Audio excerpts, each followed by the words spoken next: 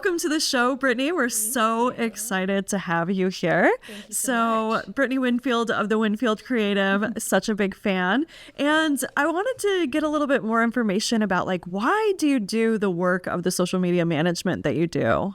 Oh my gosh. Well, first and foremost, social media, it has not always been part of my life, but since middle school on, I've seen the evolution of social media as Facebook came to be, and then Instagram launching, and then LinkedIn making it on the scene. So it's always been part of my social life.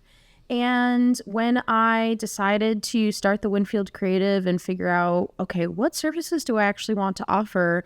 I realized that I could take my knowledge and really be able to flip the script on the stigma that comes with using social media, especially for businesses and marketing yourself.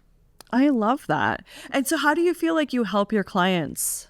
Oh my gosh, such a big question. So I think it depends on in what capacity they work with me. So all of my clients, no matter if they are hiring me as an outsourced vendor to run their social media, that saves them time, that saves them effort. They can go focus on other aspects of their business operations that they don't have to worry about that aspect of their marketing plan and their brand awareness.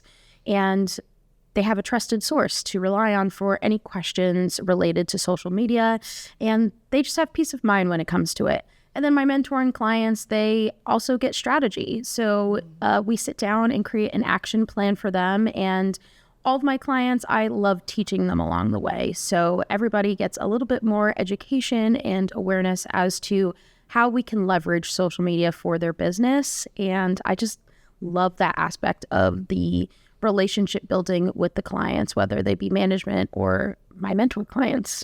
I know that in prior conversations you and I have had, it also feels like you really view social media as a relationship with followers, friends, whoever that person has in their corner of the world on social media. And so talk to me a little bit more about why that's important and how people can, maybe a couple tips and tricks, if you will, about how people can really cultivate that relationship deeper with their following. Yeah. So I always tell anybody who comes through the Winfield Creatives doors, it's really about relationship building and building your digital community.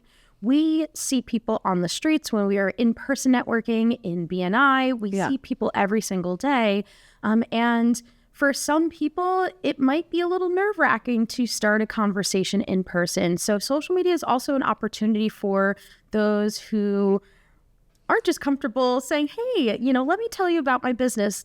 You tell me about your business. It may be a little bit of an easier way to start a conversation with people. So that's something to acknowledge as well. And for those who are a little bit more introverted, maybe have a little bit of social anxiety, really figuring out if social media may be a good avenue to start those relationships with people. And if you are somebody who is a BNI member or is going to in-person networking, also realizing that social media is an opportunity to continue that customer touch point in a way that you may not be able to bring them into your sales funnel otherwise. I especially think of folks who rely on tourism, and maybe they have once a year customers who are loyal and want to know what is going on with your business and are already emotionally invested in your business. Social media is a really good opportunity to use the platform to keep in touch with your current clients and customers, potential people. If you are looking to expand with more of a global audience, it's a great opportunity to do so. And when it comes to deepening relationships, it's about starting conversations. So whether that be asking questions in your captions and encouraging comments, which also from a strategic standpoint helps engagement with your posts and helps them reach more corners of the earth. It also helps with starting conversations with people in your local community. So we are in Vermont, and it has a very strong small business culture. A lot of especially women-owned businesses are on Instagram, and being able to share one another's posts in order to help cross-promote and really elevate the entire women-owned community, it just means so much that somebody would want to promote your business, which is exactly why we joined BNI. So, taking a lot of those core values and applying them to social media strategy, I do it every day with my clients. So in terms of like how people can post to like what I know that you have like some buckets that you like to talk about. Can you explain those a little bit of like what are the buckets that maybe somebody listening to this podcast could be like, oh, I could implement that right now? Yeah. So often we hear about this concept of the content pillar. So when it comes to actually creating content and planning out your content, I like to divide them into 4 buckets that may overlap. And often we hear of them as content pillars, but I actually like to reframe them as puzzle pieces because puzzle pieces come together to make a whole picture. And so when I think about what type of post to put out into the world, there's to educate people, so to provide value-based content, not to give all your secrets away, but to give them a little sprinkling as to the authority that you have about the knowledge that you've gained and worked so hard to gain. This really helps establish you as an expert at what you do. So we have education, we have to inspire, which also helps with the storytelling. So especially solopreneurs, we all have our own story. You have a reason why you don't do what you do. Right. I have a very specific reason to me and a unique reason to me why I do what I do. And being able to show up on social media and share some of those tidbits of your story as an entrepreneur or in your life that has inspired why you do what you do and your approach, it really helps you resonate with people. It helps people understand you better and your approach better to entrepreneurship, and also to find people that relate to you.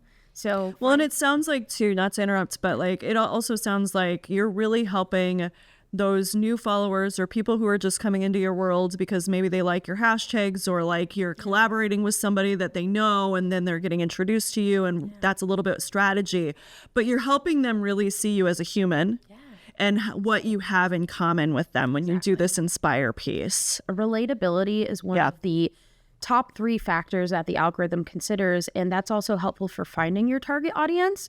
And from the human aspect of things, you often, especially folks in the service industry, you often trust people that remind you of yourself. They may just be in a different piece of the customer journey.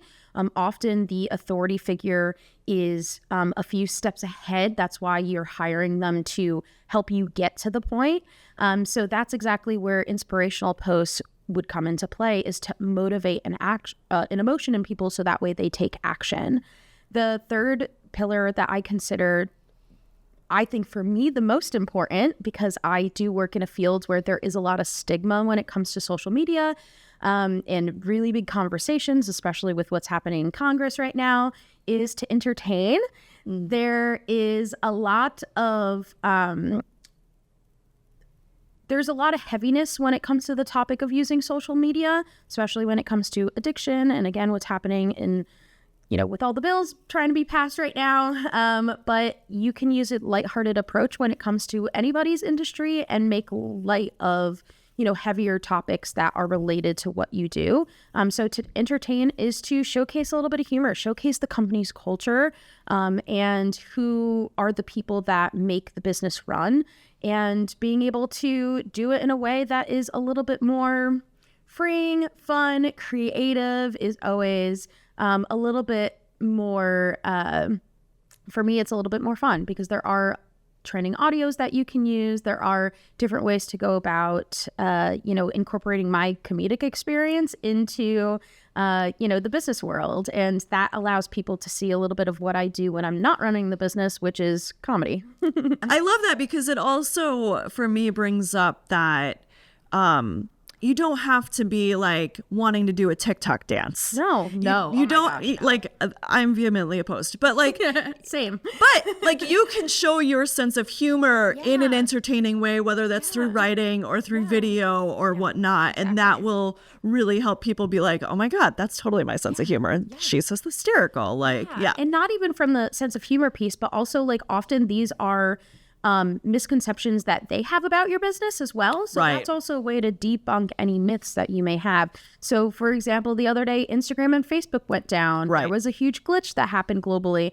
So immediately when things were back up and running, I made a very funny TikTok / Instagram reel about like how easy I thought my day was going to be as a social media manager, and then it all went to crap. Like, and then guess what? All the social media managers are going to be like, "Yep, I experienced that too." And also the people that are business owners that were freaking out that they thought they got hacked. It's also they're raising their hands. Validating for them to be like, okay, everybody experienced this. We can all move past it. Nobody got hacked. We're all good. I'm not crazy. Let's laugh about it a little bit. Now it's funny. We had a little moment of panic. Now it's funny. So that's another pillar and puzzle piece that I rely on, especially heavily considering my background.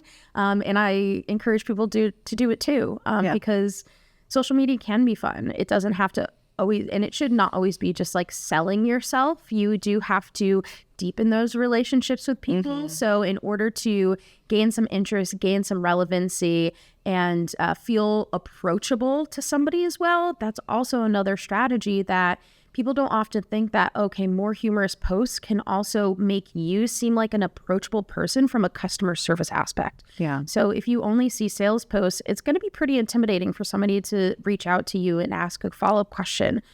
Where if you don't take that approach and you do have more of a lighthearted spirit, not all the time, but if you feel comfortable with it, you are able to really come off as somebody who wants to help people, help any, not even followers, but anybody who sees your post. Which also the goal is to get them further into your world, into your digital community as a follower. So if we use that as our strategy a little bit and have a mix of all four of them, which the last one is to convince. So these are more of the using the statistics, using the reviews, using the testimonials. So often a great strategy is to pull people in with the other three. And then they also see the sprinkling of convincing posts that says, okay, this person has caught my attention, but are they good at what they do? And then they go and see those more convincing posts and it's like, oh yeah, that they've got 27 Google reviews. They've got testimonials from people that are in my industry. It really sets you apart from somebody who only does one of the puzzle pieces if you are able to sprinkle in a mix of the content.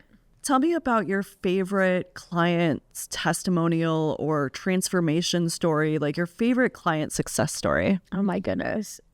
So there's one client who comes to mind. Shout out to Sam Zacone.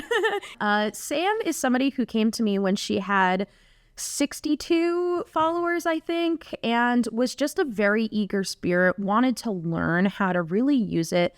And she saw this opportunity on Instagram to really reach younger consumers that may not have been ready to be home buyers quite yet, but an opportunity to educate people, especially while there's a lot of information you can find online, to be really that trusted expert when it comes to answering anything that you may have about loans and mortgages and what it means to take this very big and very scary leap into adulthood. So when I first mentored Sam, we talked about, okay, what are your goals? Literally, what are your business goals? What do you hope to accomplish?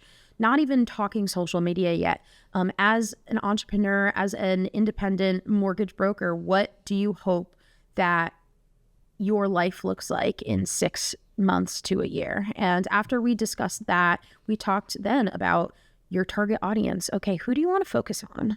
Because there's a big difference in providing mortgages to people who are trying to buy second homes in Vermont versus first-time home buyers. So once we established that, then we could create a social media strategy that worked for her and her time allotment to creating the content and captioning the content. She was not hiring me to do her social media. So it was really a matter of, okay, Sam, if you only have 5 minutes in your day to dedicate to this, how are we going to maximize that?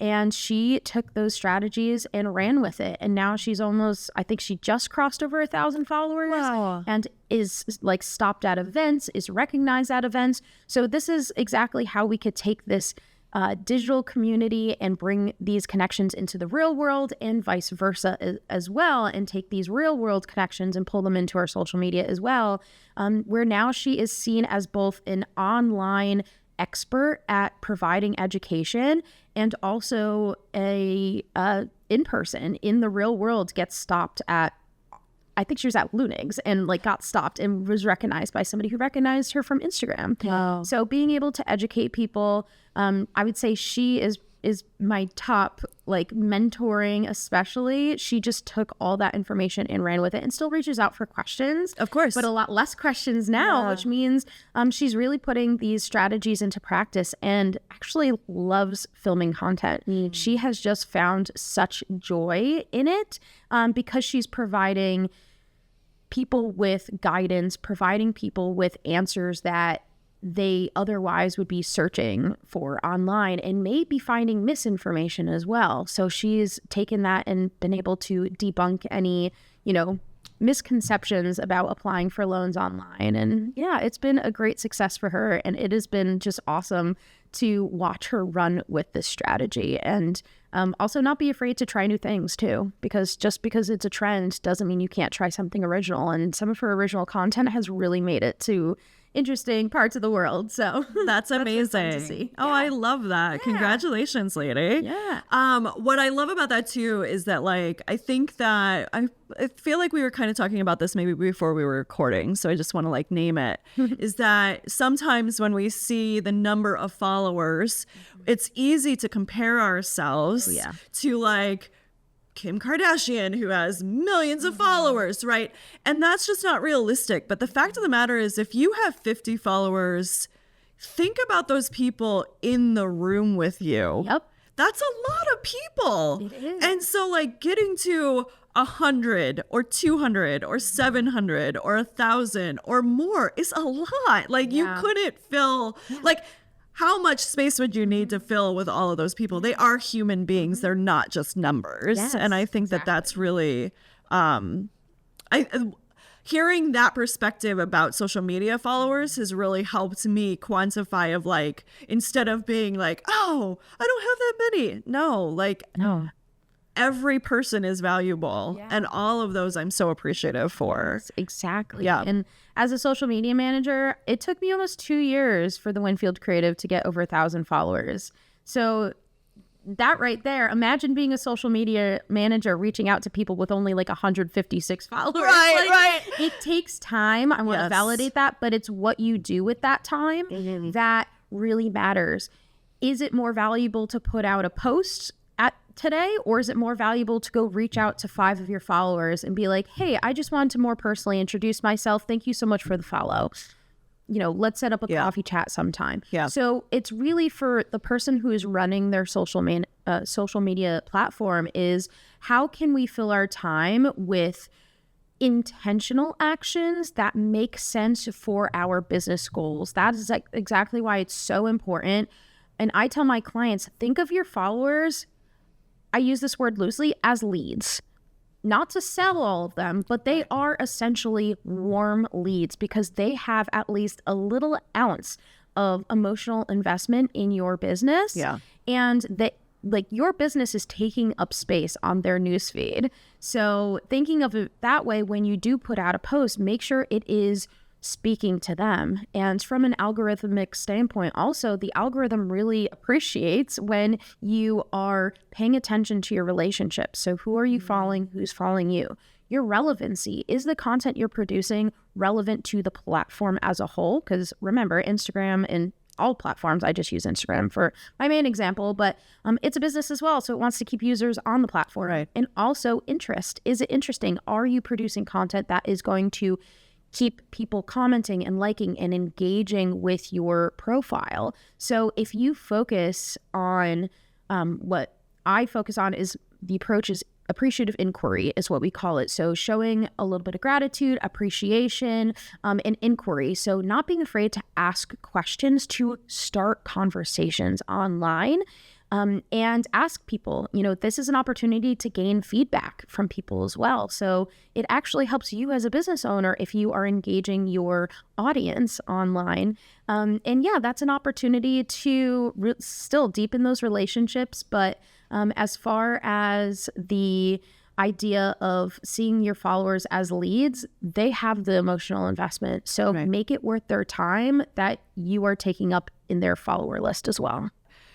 You and I could clearly talk about this for hours. I feel like you are a wealth of information. And so tell us where people can find you so that they can like continue to build that relationship with you and how you do that. Yeah, I would love to connect with anybody. Actually, if you slide into my DMs and say, I listened to you on the BNI podcast, I'll even send you a freebie. That's how much I want to engage and just meet with entrepreneurs and learn their stories as well. But you could find me everywhere. YouTube, TikTok, Facebook, Instagram's the biggie for me. LinkedIn, the only thing I'm not on is Pinterest. But you can find The Winfield Creative at The Winfield Creative is all of my handles. And of course, you can find any information about management and mentoring services at thewinfieldcreative.com. That's amazing. Thank you so much, Brittany. Really appreciate it. Thank you.